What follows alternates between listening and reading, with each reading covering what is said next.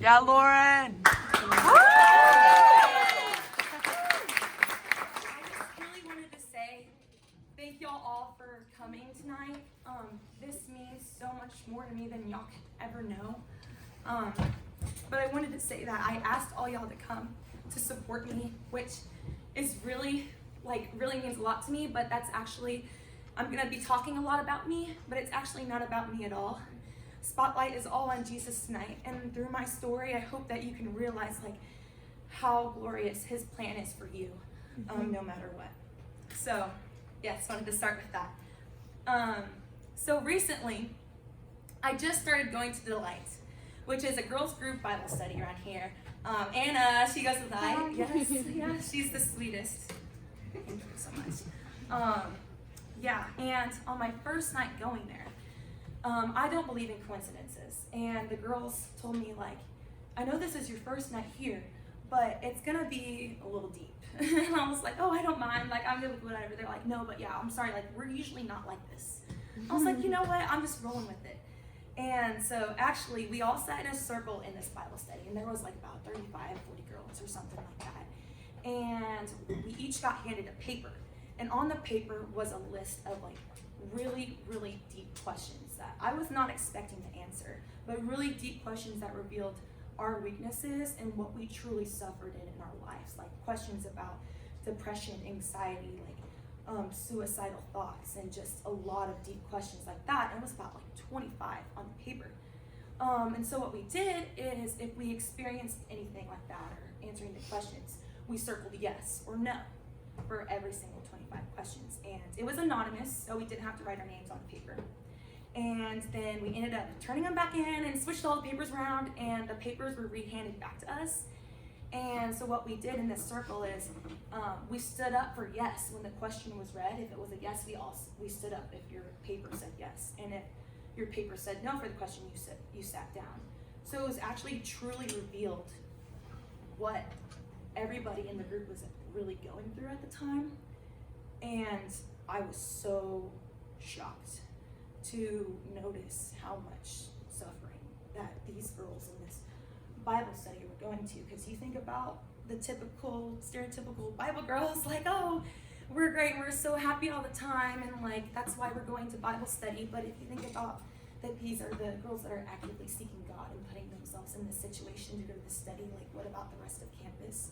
What is everybody else going through who isn't putting themselves in these situations for these studies? So that was really shocking to me.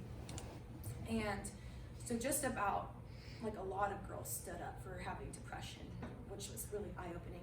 And about 10 girls or so, the group is 40, 10 girls stood up for having suicidal thoughts and intentionally hurting themselves, which we're not even just in our 20s. So that's super shocking, and that really hit home with me. And I went after that Bible study, I went and FaceTimed my mom. I'm really close with my mom, and I tell my mom everything.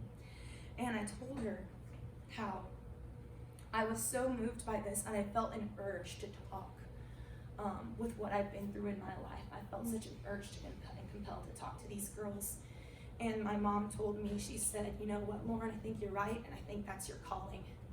I think your calling is to talk about what you've been through and try to help other people struggling in the same situation. And she really brought that light to me. And so I agreed, and so I went back to that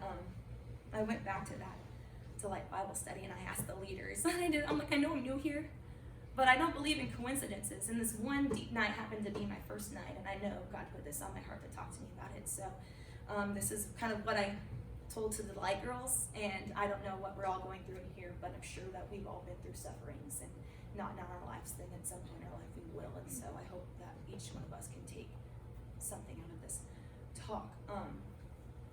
So I've experienced loss in my family due to suicide. When I was a sophomore in high school, my cousin Chad committed suicide, and that was extremely hard to comprehend and understand, and it took me a long time to process what actually happened. But I was at home, and I was in Texas, and I was in a really good support system. My family was so supportive, and ever since then, I don't know if you know my family. Any of you look at our family, and we're all so lovey-dovey, and we're so close, and people might look at us and think that's really strange, and actually, like, we learned how important that is, and like, we all hold each other up, and I wouldn't have it any other way. And so I was in a really good support system there. And so I was able, and after that, we became so much closer as a family. And one thing I remember my cousin Kyle saying that really shocked me. So my Aunt Marty had 4 kids. This will make more sense if I actually explain it. But my Aunt Marty had 4 kids: Kyle, Chad, Brooke, and Caden. Brooke is my age, and Kyle is older than me, my brother's age. And anyways, after we'd experienced losing Chad, he said that he was so shocked to realize how many people were affected by his loss. I was like, what? What do you mean you're surprised by how many people are affected by his loss? He said he didn't know how many people were close to Chad. And that's so eye-opening. That's his own brother that he loves so much, and it just goes to show, like, you don't realize how many people in your life love you.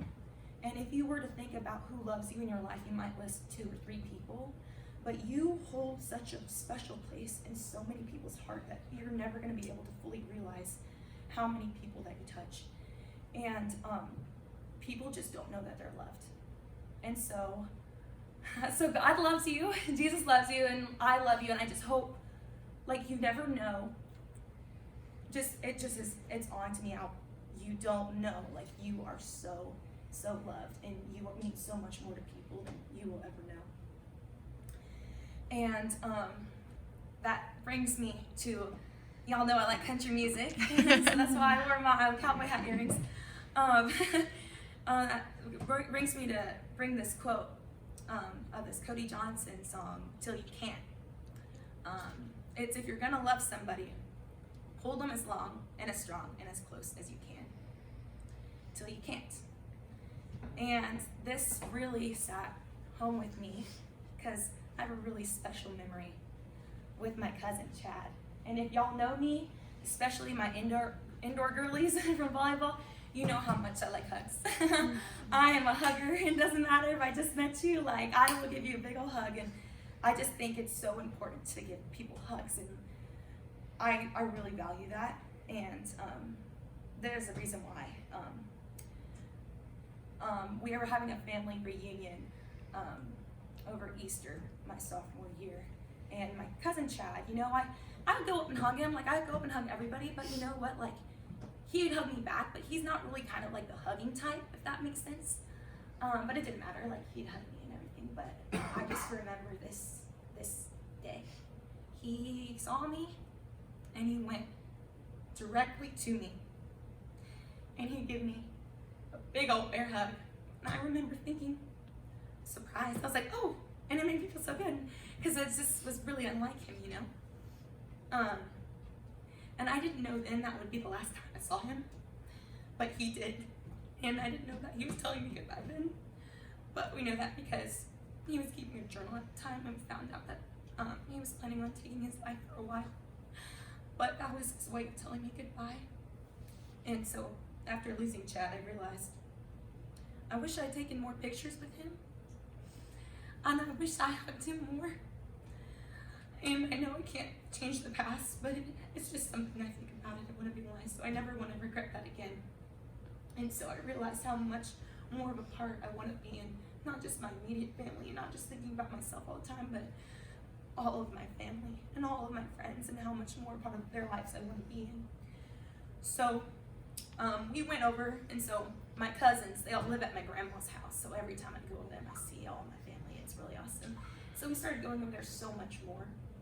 And I know God makes good out of that, and I know God took the suffering from us, and just really, our family came so much closer, all of us, and it was so special. And my cousin Caden, way before, since we were young, we had this thing, what we would do is when I saw him, I would run up to him and I would hug him and so tight I would lift him up and then set him down. And then he would try, but he was young, so he couldn't really lift me up, but he tried his best. Eventually, like, he lifted me up to here, which I was super proud of, like progress. But then he had a growth spurt. And he actually was able to lift me up, and that was so fun. And then it became like a competition, it became like so aggressive, like squeeze you so tight, like until you're in pain and you have to tap out, and our parents would be like, y'all gotta stop doing that, you're gonna hurt yourselves. But we didn't stop, we just kept doing that. And also he loved science, he loved space, he could tell you anything about space. It was pretty cool, and he also was a gamer. And he would stay up late, and he would like to sleep in, and so when I'd go over to my grandma's house, and I'd be like, where's Caden? And she'd say, like, he's still sleeping, so I didn't care. I'd run in there, and I'd tackle him.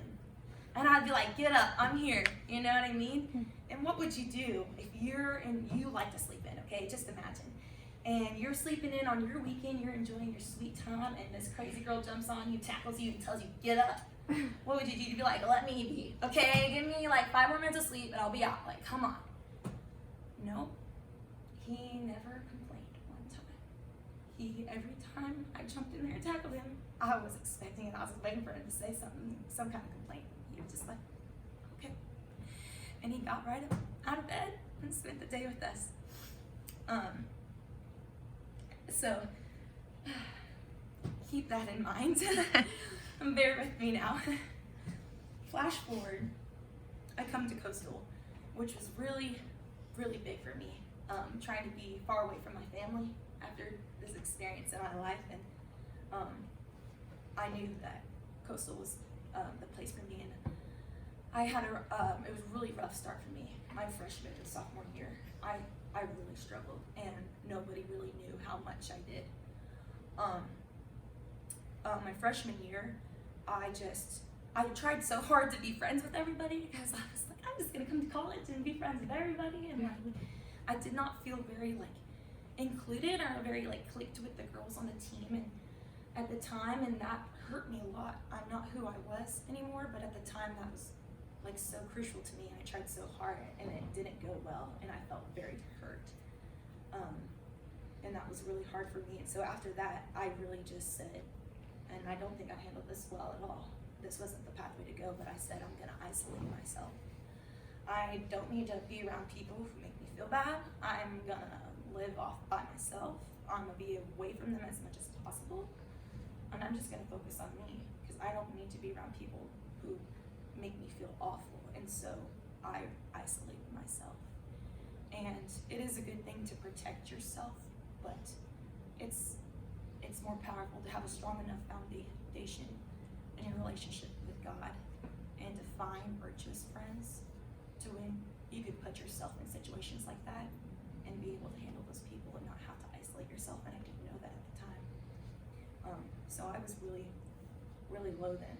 And then I want y'all to know that I'm saying this because I know I can seem so happy all the time, but I really hope that y'all can relate to me, and it might seem hard to relate to me because I'm so happy and I never show what I'm feeling, but I hope that I am expressing myself in a way that lets y'all relate to my suffering. So my sophomore year, I redshirted, and now looking back, I'm happy that I did, and I wouldn't be where I am in volleyball right now if I didn't, but I didn't handle it well at the time. My volleyball was my identity. It was my only identity, and it's what I sacrificed being away from my family for, and to be here, not to be traveling or playing all the practice drills or warming up, and it really broke me in my spirit, my pride, because I knew I sacrificed being away from my family for this, and I did not deal with it well. And I know that might be hard to wrap around, oh, it's just a sport, but in the context, it doesn't matter how big or small something is, it can affect you, it's a big deal. So I was going through that, and I was at a very, very low time, and then it was time for Christmas break, and it's about to go home to my family the day before Christmas break, and I get this is sophomore year of college now, and I get a FaceTime call from my mom, and I learned that my cousin Caden had taken his life. Little cousin Caden had taken his life and committed suicide. And so that was really hard to deal with because I was really low already at the time. And I was about to go home, so I immediately went home to my family. Which you would think that's so good, but I was so happy to be home. And we didn't have the memorial service till later, so I wasn't able to fully understand or grasp the idea until I immediately had the memorial service and got on a plane and flew back to Coastal, and then I got put right back into this isolation place where I put myself in a position where I had no support system. And that was the lowest I've ever been in my life. Just kind of like I'd lay on the floor for hours and I wouldn't want to get up. And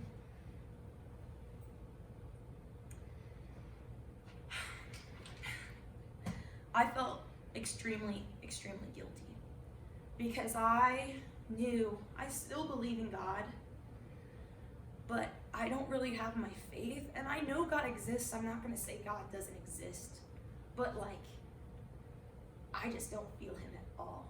Like, I don't feel my faith at all. And I felt so guilty because I was like, how can I call myself a Christian?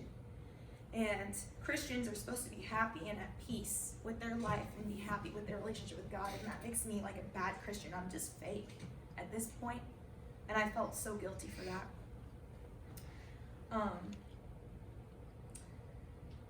But it came to a point where I was so low and I knew I had to keep trying for my faith, and that's all I knew. And I didn't know how to get my faith back, but I knew I wanted it back. I knew God existed. I didn't know how to ever like feel. I didn't know if I could ever get close with God again after that. And I just put myself in Bible studies and I went to church. And you would think, oh, it got better. No, it didn't.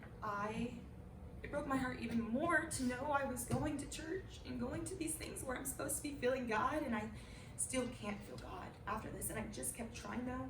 But I tried more Bible studies. I tried more churches. And eventually, I did start to feel a difference.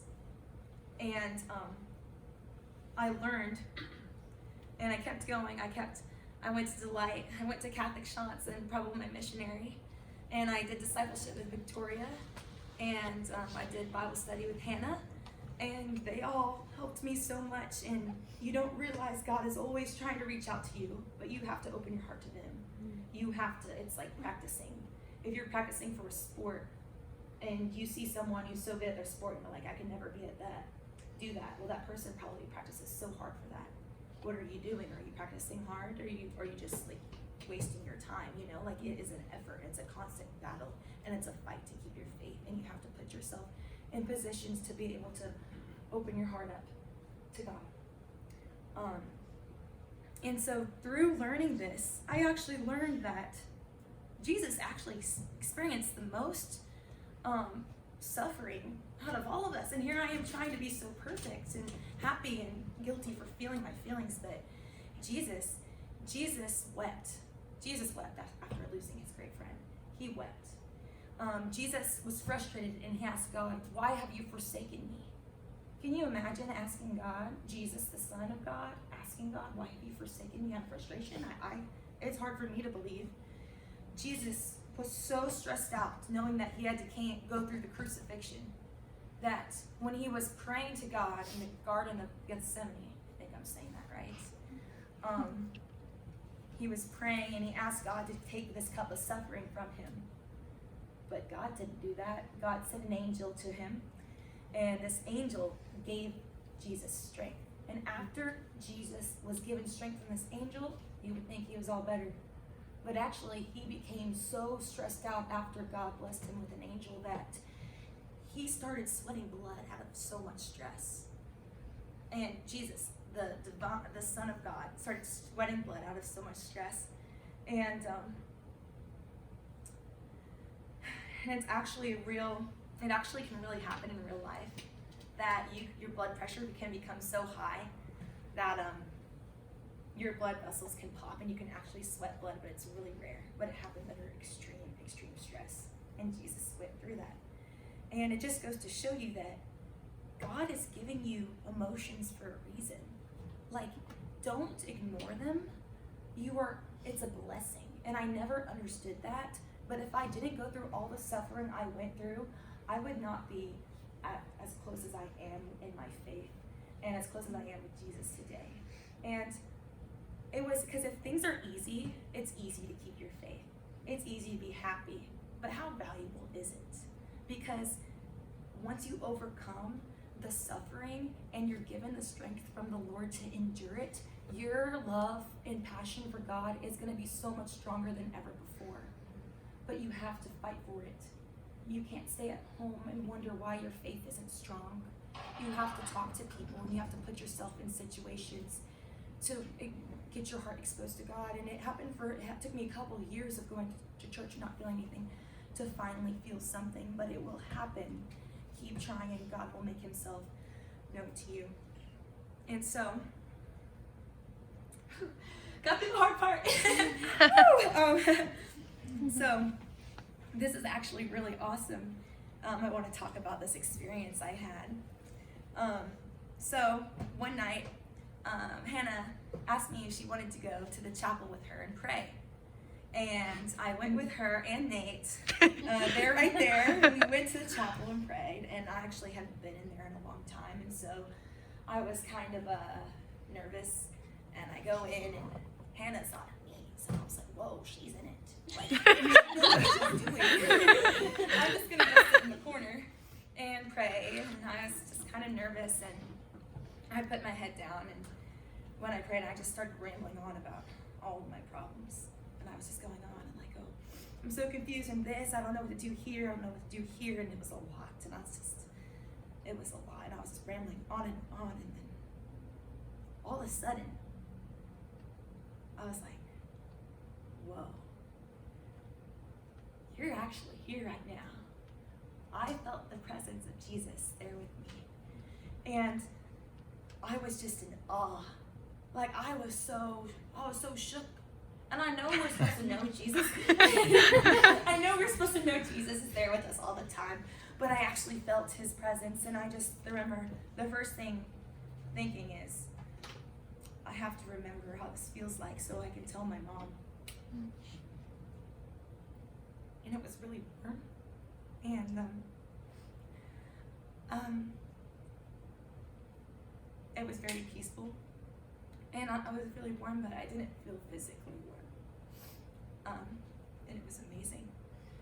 And if you ever have the thought of having a loved one pass away and you get the chance to speak to them, and you're like, oh, if I could just talk to this one person one more time, and this is what I would tell them. And then when I felt the presence of Jesus, it was that feeling like, Jesus, I know you're here. Like, let me tell you. And immediately I changed my prayers from talking about all my problems to just thanking Jesus for everything I had in my life.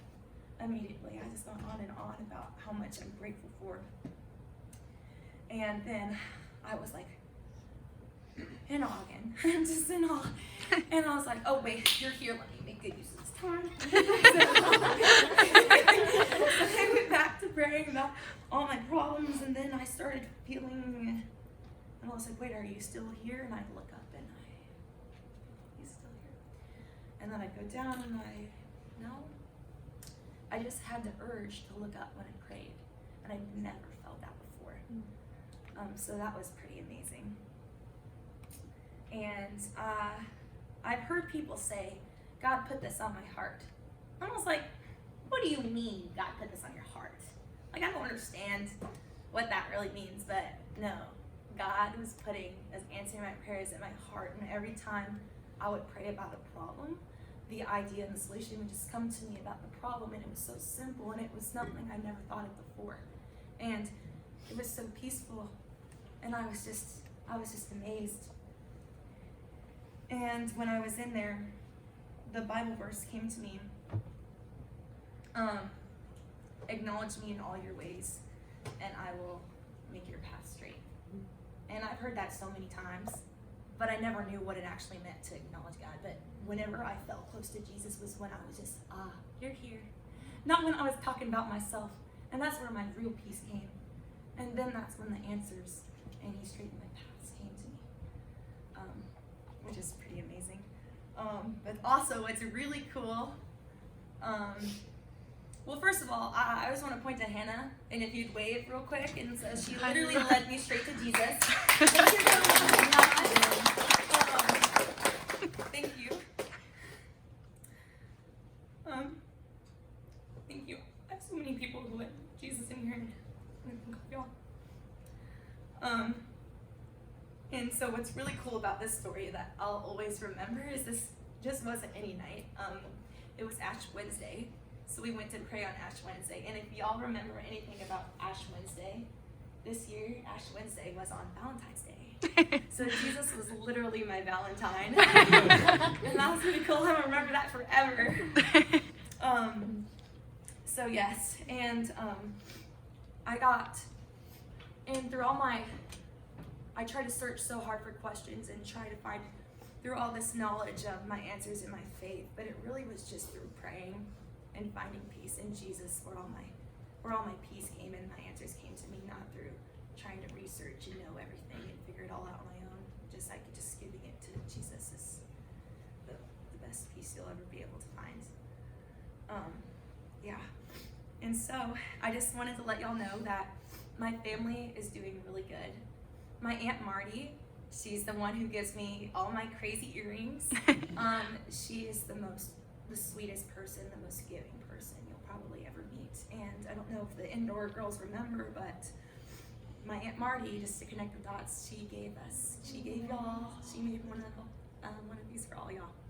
So yeah, she's really thoughtful. And my cousin Brooke, who's my age, she FaceTimed me not too long ago. And she told me she got engaged. Yay! She's gonna be getting married soon this summer. And she asked me to be her bridesmaid. And I'm gonna be so proud to be her bridesmaid. And I'm so proud of her for fighting for a beautiful life. And another really cool thing that I wanted to end on is this May 4th, I will be graduating and I will be walking across the stage to get my degrees. But years ago on May 4th was also the day that my cousin Chad took his life. So when I am walking across that stage to get my degrees, I'm gonna be walking for Chad and Caden. I'm gonna be walking for people with mental health issues. I'm gonna be walking for suicide awareness, and I'm gonna be walking for people to show them that you can fight for your faith, and most importantly, I'm gonna be walking with Jesus.